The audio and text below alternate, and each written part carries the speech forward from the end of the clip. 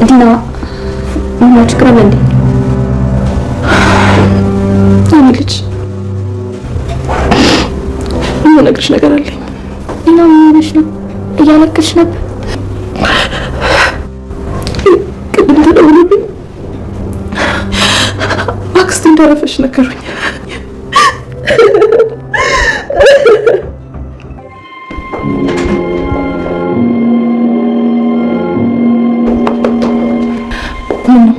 ቆየሁ እንዴ? ኧረ አልቆየሽም። እዛው ብቅ ያለሽም ደግሞ እንዳታረፍት ያለሽ በቃ ተነጫንጭናለሽ። እርግቤ የሆነ ቆንጆ ሀሳብ መጣልኝ። እናቴ ወይ የኔ ልጅ ዛሬ አብረሽኝ ስለሆንሽ በጣም ነው ደስ ያለኝ።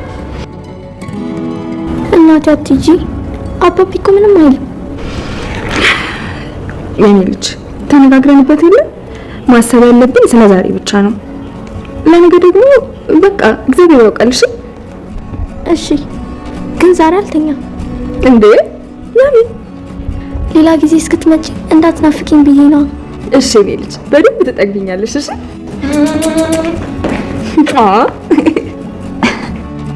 እኔ እናትና ልጅ ቆየሁባቸው ብዬ እጨነቃለሁ። እናንተ ምግቡንም እኔንም ረስታችኋለሁ። ትቀልጃለሽ እንዴ? ልዩ ደግሞ ልጄን አጠገብ አድርጌ ስለሌላ ነገር ላስብ ነው። እንዴት እንደራበኝ! አሁን እንብላ።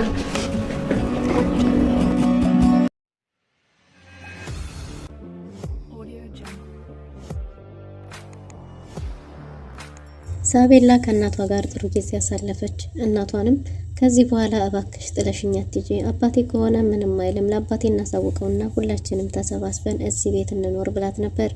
ማርዲያ ግን በእንደዚህ መሆን የለበትም፣ ስለ ዛሬ እንጂ ማሰብ ያለብን ነገ ማሰብ አንችልም እና ለሁሉም ጊዜ ያለው ብላታለች። ሳቤላ ከእናቷ ጋር ባሳለፈችው ጊዜ እጅግ በጣም ደስተኛ ሆናለች።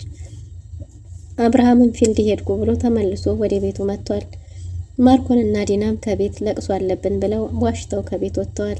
አብርሃም የዲናንና የማርኮን ግንኙነት ምን እንደሆነ አውቋል። ዶክተር ርብቃም እንግዲህ ለአብርሃም መርዙን ባለመስጠቷ ከባድ ቅጣት ደርሶባታል። ልዩንም ከቤት ትባረር የሚል ውሳኔ ላይ ደርሰዋል። ልዩስ እውነታውን መች ነው የምትናገረው? ሰላም ሰላም! ውድና የተወደዳችሁ ውድ ቤተሰቦች እንደምን አላችሁ? በያላችሁበት የዓለም ዳርቻ ሰላማችሁ በዘት ትርፍ ይበል እያልን በአዲስ መጥተናል። በቅንነት ላይክ፣ ሼር፣ ሰብስክራይብ እያደረጋችሁ ቤተሰብ አድርጉን። በባለፈው ክፍል እንግዲህ ሳቤላ ተከታታይ ድራማ እንዴት ተመለከት ነው ልዩ ሁሉን ሚስጥር በሆዷ በመያዟ የሚወዳትን የልብ አፍቃሪዋንም ሙልጭን እንድታጣ አድርጓታል። ሙልጭ ባሁኑ በልዩ ተስፋ የቆረጠ ይመስላል ማለት ነው። በጭንቅ ጊዜዋ ሁሉ ከጎኗ የነበረው ሙልጭ በስተመጨረሻም እንግዲህ ከዚህ በኋላ ልዩ የምትባል ሴት የለችም ብሎ ተስፋ ቆርጧል። አብርሃምም ስለ ዲናና ማርኮን እንዲጠረጥር ያደረገው ሙልጭ እንግዲህ አብርሃም የራሱ መላ ያለውን ነገር ዘይዷል። ድንገት ፊልድ ያለብኝ ብሎ ሻንጣውን ጠቅሎ ከቤት ወጥቷል። ማርኮን ደግሞ አብርሃም መርዙን ተመርዞ ያልጋ ቁራኛ እስከሚሆን ድረስ ቸኩሏል። ምክንያቱም አብርሃም ያልጋ ቁራኛ ከሆነ በቁም እያለ እንኳን ኃላፊነቱን ስለ ቤቱ ስለሰጠው የቤቱን ጉዳይ በአስቸኳይ ጨርስልኝ፣ ምክንያቱም ሳቤላ ልጅ መታከም አለባት ብሎ ስለነበረ ማርኮንም ይሄንን ነገር ተጠቅሞ ሙሉ ሀብትና ንብረቱን መውሰድ ይፈልጋል። ምክንያቱም ዲናና ማርኮን ባልና ሚስት የሆኑ ቢሆንም ግን ደግሞ እህትና ወንድም ነን ብለው ወደዛ ቤት የመጡት የአብርሃምን ሀብትና ንብረት ለመውረስ እስከሆነ ድረስ እንግዲህ ስራቸውን ተግባራዊ ለማድረግ እየተጣጣሩ ይገኛሉ። ግን ደግሞ በመሃል ዲና የእውነት ያረገዝኩ መስሏት ማርኮንን ላሽ ልትለው ነበር ማለት ነው። ልትከዳው ጫፍ ላይ ደርሳ ነበር። ግን ደግሞ ማርኮን ውጤቱን ያሰራው እሱ እንጂ የእውነት እርጉዝ እንዳልሆነች ሲነግራት ተስፋዋን ቆርጣ ወደ ልጆቿ አባት ባሏ ተመልሳለች ማለት ነው። ግን ደግሞ አሁንም ቢሆን ዲና የሆነ ነገር በተፈጠረ ቁጥር ማምለጥን መሸሽን ብትፈልግም ግን ደግሞ ልጆቻችንን ጥለን ለሀብት ንብረት ብለን እስከመጣን ድረስ ሀብትና ንብረቱን ሳናገኝ ወዴትም መሄድ የለብንም፣ ወደፊት ነው እንጂ ወደ ኋላ መመለስ የለም ብሎ በማርኮን ጭቅጭቅ የተነሳ እስከ ዛሬ ድረስ ደርሳለች። አሁን ግን ዲና እጅግ በጣም ፈርታለች። አብርሃም እጅ የገባው ፖስጣ ምናልባት የልጆችን ፎቶስ ቢያይ ብላ አስባ ነበር። ግን ደግሞ ፎቶዎቹን ቢያይ በጭራሽ እንደዚህ ሊያናግረን አይችልም፣ ይገለናል፣ ሁላችንም ሊያዋርዱ ያባረረናል ብላለች። አብርሃምም እንግዲህ ያሰበው ነገር ያለ ይመስላል። ሚስጥሩን ዋጥ አርጎት ብቻውን ተረጋግቶ ለወዲያው ተናዶ ዲናን ቢጮህባትም ግን ደግሞ አሁን ላይ ተረጋግቶ ደህነኛ ለመሆን መስሏል። እነሱንም የእውነት እህትና ወንድም መሆናቸውን እንዲያመነው እንደ ድሮ እያስመሰለ እንጂ በቤተሰቡ ላይ ጥርጣሬ እንዲገባ ሙልጭ አርጎታል። ምክንያቱም ሙልጭ ለአብርሃም ትልቅ ትምህርትን ሰጥቶታል። ስለ ቤትህ ጉዳይ የውጭ ሰው መጥቶ እንዲነግርህ አትፈልግ። ሰው ብታምንም በልኩ እንጂ ጭራሽ እንደዚህ የሰው ልጅ ሙሉ በሙሉ አይታመንም። ምክንያቱም ከሰው ስህተት ከብረት ዝገት ጠፍቶ አያውቅምና። ግን ደግሞ እንደዛ ብቻ ሳይሆን አንተ ቤት የገባችው ባልና እህት ሚስትህና የሚስትህ ወንድም ነኝ ያለው ሰው አንተ ቤት የገቡት ገንዘብን ፈልገው እንጂ አንተን ፈልገው አይደለም ብሎ በስትክክል ነግሮታል። እናም እንግዲህ አብርሃም ገንዘብ ከፍሎት በገንዘብ የበለጠ እንዲነግረው ቢፈልግም አንተም ጋር የገቡት ሰዎች እኮ ገንዘብን ፈልገው ነው። ገንዘብ ሁሉን ነገር አያደርግም። ገንዘብ ሁሉን ነገር ቢያረግ ኖሮ ገንዘብ ሁሉንም መግዛት ቢችል ኖሮ አንተም እንዲህ አትሰቃይም ነበር ብሎታል። ስለዚህ የቤትህን ጉድለት የውጭ ሰው እንዲነግርህ ሳይሆን አንተ ራስህ ውጩንም ውስጡንም መቃኘት ይኖርብሃል።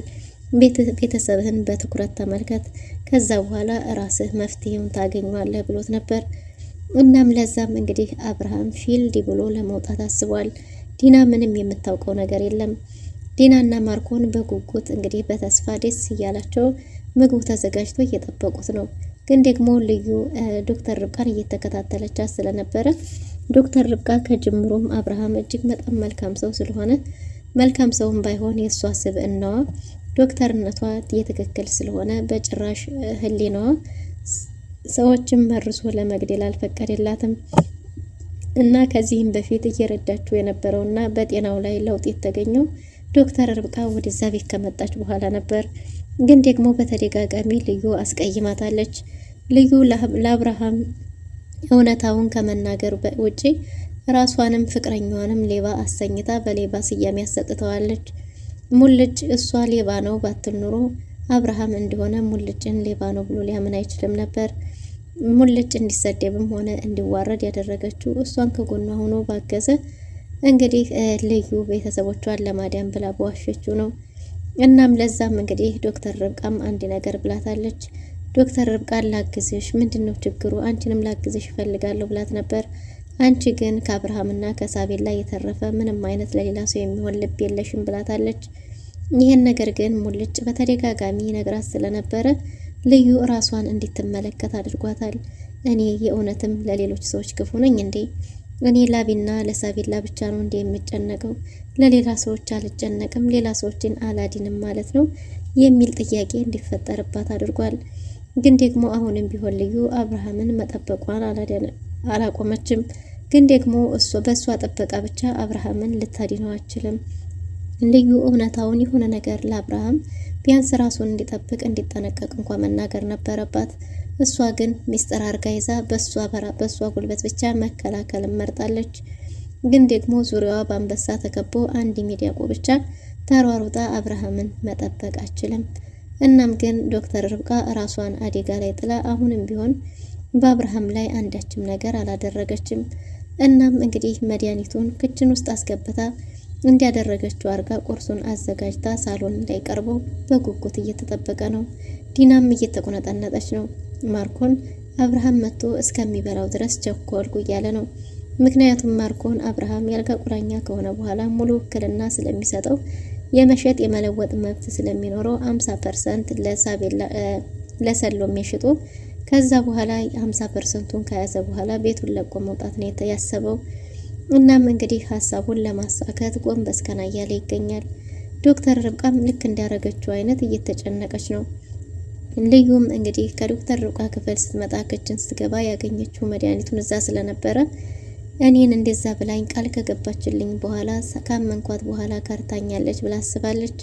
እንዴት ትከዳኛለች? አምኛት ነበር እኮ እያለች እየሮጠች ወደ አብርሃም ክፍል እየሄደች ነበር። አብርሃም ሻንጣውን ከሸከፈ በኋላ ስልክ እያናገረ ነበር። ለልጁ ለሳቤላም ሄዶ ሰሞኑን ለአንድ 2 ቀን ምናልባት ውጭ ሊያድር እንደሚችል ስራ እንዳለበት ተናግሯል። ሳቤላ ግን አንተ በሌለበት መቀመጥ ያስጠላል እያለች ነው። እናም ሳቤላ እንግዲህ አባቷ እንዳይቆይ ያስጠንቅቀዋለች። አብርሃምም በጭራሽ እንደዛ ላረግም የኔ ልጅ አልቆይም፣ ቶሎ መለሳለሁ፣ ግን ደግሞ እስከዛ ራስሽን ጠብቂ ብሏት ልዩም እንግዲህ ወደሱ እየሮጠች እየሄደች ነበር። ምን ሆነሽ ነው ወደ የት ነው ባላት ጊዜ የት እየሄድክ ነው ብላው ነበር። አብርሃምም እነ ዲና ቁርስ እየጠበቁኝ ነው፣ እኔ ግን ለአንድ 2 ቀን ወደ አዳማ ስራ ሄዳለሁ፣ ፊልድ ልወጣ ነው እና ልጄ ሳቤላን አደራሽን ብሏታል። ራሳቸውን ጠብቁ፣ ሳቤላንም ጠብቂያት ብሏታል። እሷም እሺ ብላለች። ግን ደግሞ እነ ዲና ቁርስ እየጠበቁኝ ነው ባላት ጊዜ ቁርስ እንዳትበላ ነበር አንድ በአንድ ያለችው። አብርሃምም ለምንድን ነው ቁርስ የማልበላው ብሎ ጠይቋት ነበር። ልዩ የሆነ ነገር እየዋሸሽኝ እንደሆነ ይገባኛል፣ የሆነ የሚደብቂው ሚስጥር እንዳለ ይታወቀኛል፣ ልትነግሪኝ አልፈለግሽም ብሏት ነበር። እሷም አይ በጭራሽ ምንም አይነት የተደበቀ ነገር የለም ብላለች። አብርሃምም ልትነግሪኝ አላሰብሽም ወይ? መች ነው የምትነግሪኝ? እባክሽ ንገሪኝ፣ ግን ደግሞ የሆነ የደበቅሽ ነገር እንዳለ እየተሰማኝ ነው፣ ነገሩን ነው ማወቅ የቸገረኝ ብሏታል። እሷም ምንም የደበቀችው ነገር እንደሌለ በተደጋጋሚ ስትነግረው እንግዲህ አብርሃምም ግን ይሄን ሚስጥር ከሌላ ሰው የሰማሁት ዕለት በጣም ነው እማዝንብሽ፣ ስለዚህ ከማዝንብሽ በፊት ብታሳውቂኝ ደስ ይለኛል ብሏት ነበር። ልዩ ግን አይ ምንም የለም ብላ ከመካድ ውጭ ይሄ ነው ብላ መናገር አልፈለገችም። እሺ እንደዛ ከሆነ ብሎ አብርሃም ምግቡን ሊመገብ መጥቷል። ይሄ ምግብ ግን ሌላ ጦርነት አምጥቷል። ቸኩያለሁ፣ ፊርድ ልሄድ ነው፣ ስራ አለብኝ ባለ ጊዜ እኛ ቁርስ የሁሉ ቤተሰብ አንተን በጉጉት እየጠበቅን ሳንበላ እንዴት ረግጠን ትሄዳለህ? በዛስ ላይ የት ነው የምትሄደው ባለችው ጊዜ ለስራ ጉዳይ ወደ አዳማ ከአንድ ባለ ሀብት ጋር መፈራረመው ውል ስላለ ዛሬ መሄድ ያለብኝ፣ እሱ በዚህ 3 ቀን ከሀገር ይወጣል ተብሏል ብሏት ነበር። እንዴት እኔ ሚስት ሆኜ ሳላቅ እንዴት እንደዛ ታረጋለህ ብላ ዲና በጣም ተናዳበታለች። አብርሃምም እኔም የሰማሁት ድንገት ነው፣ ገና 2 ቀን ነው ብሏታል። አንድም ቀን ቢሆን አንተ እንደሰማህ እኔም መስማት ነበረብኝ። ስለዚህ መንገድ እየሄድክ በዚህ ጉዳይ እንትልልህ አልፈልግም፣ ግን ደግሞ ቁርስ ሳትበላ በጭራሽ አትሄድም፣ በባዶ ሆድህ እንድትሄድ አልፈቅድም ብላ አብርሃምን ግብ ይዘዋለች። አብርሃምም እንግዲህ ጊዜ የለኝም ረፍዶብኛል ቢላትም ይኸው የምንጨቃጨቅበት በልተን እንጨርስ ነበር ብለዋለች። አብርሃም በስተመጨረሻም ሳይወድ በግዱ የተስማማ ይመስላል። ዶክተር ርብቃም ሰውን ለመግደል እንዴት ዘመድ መስሎ መለመናል እንደ እያለች ትዝብቷን እየተናገረች ነው። አብርሃምም እንግዲህ እሺ በቃ ብሎ ሊሄድ ሲል ልዩ በጭራሽ ብላለች። ልዩ እንዳታደርገው ብለዋለች። ምን እያለ ነበር አብርሃም? እንዳታደርገው። በዛን ሰዓት እንግዲህ ዲና አብርሃም ፊት ልዩ መሳደብ ጀምራለች። አንቺ ምን አገባሽ? ምን ይመለከትሻል? በማያገባሽ ገብተሽ አትበጥብጪ፣ ይህችና ስራሽን ስሪ ብላ ስትጮህባት አብርሃምም ዲና ላይ ጮህባታል።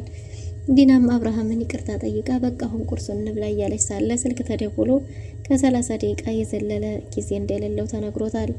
አብርሃምን በቃ ይኸው እየሰማሹ ነው ብሎ ቤቱን ለቆ ወጥቷል።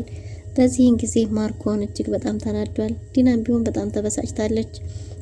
ማርኮን ትኩረቱን ልዩ ላይ አድርጓል። ልዩ ሳታቀብን አትቀርም እያለ ነው። እናም ልዩን ከዚህ ቤት አሁኑኑ አብርሃም ሳይመለስ ማስወጣት አለብን፣ እሷን በማስፈራራት ብቻ አትናቆማትም እያለ ውሳኔ ላይ ደርሷል። ልዩን በማስፈራራት ማስቆም በጭራሽ ነው የማይቻለው። ስለዚህ ግዴታ ልዩን ከዚህ ቤት ማስወጣት አለብን። ግን እንዴት አድርገን ነው የምናስወጣት እያለ ነው። እንደሱ እኮ ለኔ በጣም ቀላል ነው ብለው ነበር ዲና። ግን ደግሞ ማርኮን እንዴ በሌለበት ስናስወጣት ለአብርሃም ምን እንለዋለን ብሏታል። እሷም እንግዲህ ለአብርሃም ሌባ ነኝ ብላ የነገረችው እሷ ናት። ስለዚህ አመሏ ተነሳ፣ ዘረፈች፣ ለዛም አባረርኳት እለዋለሁ ብላ መፍትሄ ዘይዳለች። ማርኮንም እየሮጠ በሄደ ጊዜ እንግዲህ መንገድ ላይ አስቁማ ልዩ አምኜሽ ነበር፣ አንቺ ግን በድጋሚ ከዳሽኝ፣ በድጋሚ ከነሱ ጋር ተባበርሽ ብላታለች። ዶክተር ርብቃም በጭራሽ እኔ የከዳሁሽ ወይም ያረኩት ነገር የለም እንዲያሰብሽው አይደለም እያለች እየተጨቃጨቀች ነበር። ግን ደግሞ ዶክተር ርብቃ ክችን ይዘው እናወራለን ብላታለች። ዶክተር ርብቃን ተከትላ ሄዳ ይኸውና መጣሁ ንገሪኝ፣ ደግሞ ምን ልትዋሺ ነው ብላት ነበር። አንቺ እንደምታስቢው አይደለም፣ አብርሃም በጣም መልካም ሰው ነው። እኔም ሰውን መጉዳት የምፈልግ ሰው አይደለሁም።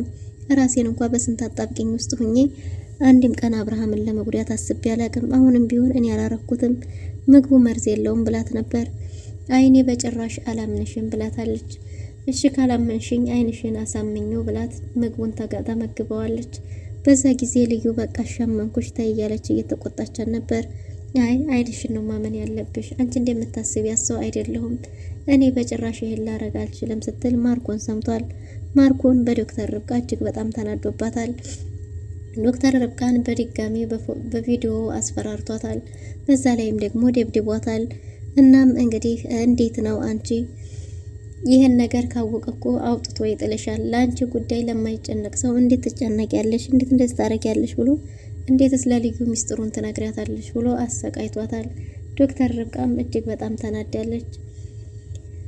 ዲና እንግዲህ የአብርሃምን መውጣት አስመልክቶ አብርሃም የለም ቀኑ የኛ ነው ዛሬ ፈታ ማለት አለብን ብላለች። እንዴት አድርገን ነው ፈታ የምንለው የሚል ሀሳብ አምጥቶ ነበር ማርኮን። ዲናም እንግዲህ ከዚህ ቤት እሱ የለም ከዚህ ደግሞ መላ ፈጥረን እንወጣለን ብላለች። ምን ማድረግ እንችላለን ባለ ጊዜ አክስቴ ሞተች ብላ የውሸት ጥቁር ለብሳ አልቅሳ ሳቤላን አሳምና ከቤት ወጣ ሄዳለች። ልዩንም በጎሪጥ አይን አይታታለች። ልጅቷን ጠብቂም ብላታለች። እንግዲህ ልዩም ተከታትላ ስትወጣ ፏ ዝንጥ ብለው እንኳንስ ለቅሶ አይደለም ቀርቶ ለሰርግ የሚሄዱ መስለው እናም እንግዲህ የውሸት እንደሆነ ልዩ አውቃለች። ልዩ በዚህ ሁኔታማ ጭራሽ አክስቷ ሞታ ሳይሆን የአቢን መውጣት አስመልክተው እየወጡ ነው ብላ ነበር። ሳቤላ ምግብ ላምጣልሽ ብላ ስለነበር የወጣችው ሳቤላ ምግቡ የት አለ የሚል ጥያቄ ጠይቃ ነበር። ልዩም ምግቡን አስረስታ በቃ አንድ ሀሳብ አለኝ ብላት ነበር። ሀሳቡ ምንድነው ባለቻት ጊዜ እንግዲህ ማርዲያን ወደ ቤት እንድትመጣ ማድረግ መሆኑን ስትነግራት ሳቤላ እጅግ በጣም ደስ ብሏታል። ማርዲያም እንግዲህ ወደ ቤት እንድትመጣ ሲያረጓት ማርዲያ ቢቀርብኝስ አቢ ቢመለስስ ደግሞ ለልጄም ቃል ገብቼላታለሁ እንዴት ነው የሚሆነው እያለች መላምት ውስጥ ገብታለች። በስተመጨረሻም እንግዲህ ማርዲያ ወደ ቤት ወስና ለመምጣት ትችላለች ማለት ነው። ሳቤላና ልዩ እጅግ በጣም ደስተኛ ሆነዋል። ሳቤላን እያስጠናቻትና ስዕል እየሰሩ እንግዲህ የሙሉ ቤተሰቡን ስዕል ስላለች ሳቤላ ልዩን እሷንና አብርሃምንና ማርዲያን ሁላችንም አብረን መኖር አለብን፣ አባቴ ማወቅ አለበት፣ እሱ እኮ ምንም አይልም እያለቻት ነው። ግን ደግሞ ማርዲያ እኛ ስለ ዛሬ እንጂ ነገ ማሰብ አንችልም፣ ነገር ለፈጣሪ መስጠት ነው፣ ለሁሉም ጊዜ ያለና እባክሽ ዛሬ ተረጋጊ ብላት ነበር። ሳቤላ ግን ዛሬን አልተኛም፣ እስከ ዛሬ ድረስ የናፈቅሽኝን እስከምትመጪ ድረስ ቁጭ ብዬ እጠብቅሻለሁ ብላት ነበር። እናም ማርዲያም ከዚህ በኋላ እንደምትጠግባት አብላት እንደሆነች ቃል ገብታላታለች። ልዩ ምግብ ይዛ መታለች። ምግብ እራት እየበሉ ዘና ፈታ እያሉ ባለበት ድንገት ዶክተር ርብቃ ወደ ያሉበት ድረስ መታለች። ዶክተር ርብቃን ባየቻት ጊዜ ማርዲያ እንደሆነች አውቃለች። አብርሃምም እንግዲህ የቤተሰቡን ነገር ለማጥናት ድንገት ተመልሶ መጥቷል። አብርሃምና ማርዲያ ፊት ለፊት ተገናኝተዋል። ውሳኔውስ ምን ሊሆን ይችላል የሚለውን በቀጣይ ክፍል ይዘን የምንመጣ ይሆናል። ለዛሬ የነበረን ቆይታ ይመስል ነበር። መልካም ጊዜ